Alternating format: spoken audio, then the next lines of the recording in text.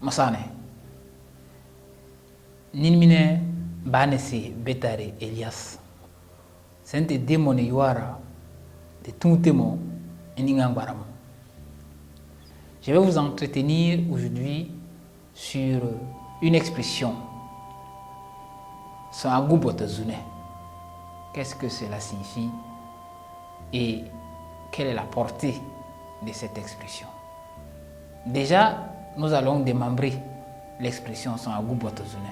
L'élément central ici étant le boto, c'est-à-dire le panier dans lequel on peut mettre de la nourriture, on peut y tamiser de la farine, le manioc.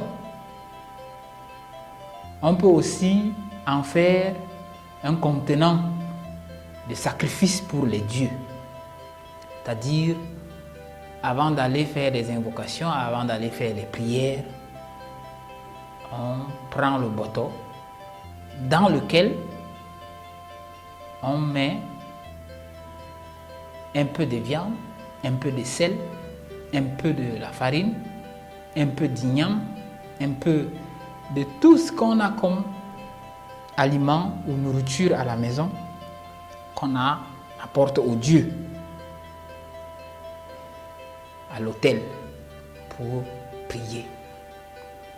Il y a donc deux dimensions qui se dégagent sur le boto. La dimension matérielle, c'est-à-dire l'usage quotidien de cette assiette faite à partir des feuilles de rognier, et l'usage spirituel qui est l'objet qui permet de faire des sacrifices aux dieux. De ce fait donc, le boto occupe une importante place dans la vie de l'Ombaya.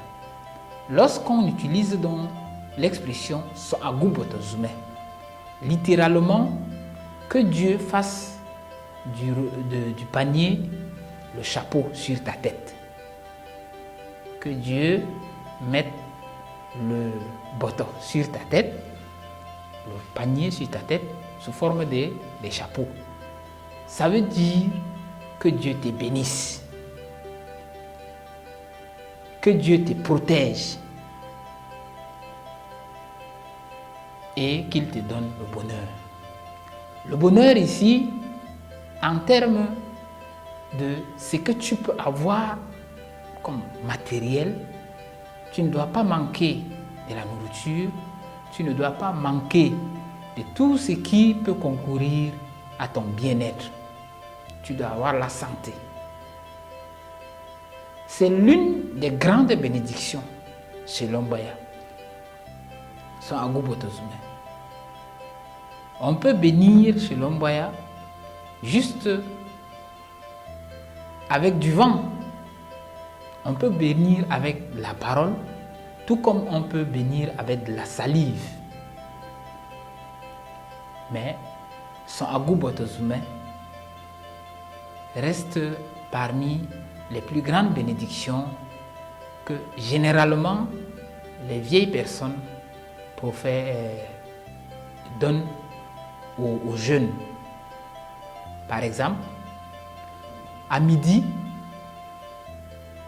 une vieille mère peut appeler un jeune homme qui est en train de jouer dans un village. Oh, Beloko, mettez, t'es Tom Megaï. Beloko, viens, je vais t'envoyer. Je vais te commissionner. En réalité, l'appel, c'est pour tester, pour voir si l'enfant est obéissant. Si Beloko est un enfant qui désobéit aux appels, il ne viendra pas. Mais s'il vient, la grand-mère pourra sortir de la nourriture. Et généralement, c'est ce qui arrive. Elle sort de la nourriture, soit du panier, soit du canari, et elle met dans la calebasse et remet à Beloko qui va manger. Et Dès que Beloko aura fini, la grand-mère pourra dire son Agubotozume, une bénédiction. Si Beloko refuse de venir, d'accepter l'appel de la grand-mère, il aura aussi perdu la bénédiction. À son Agubotozume.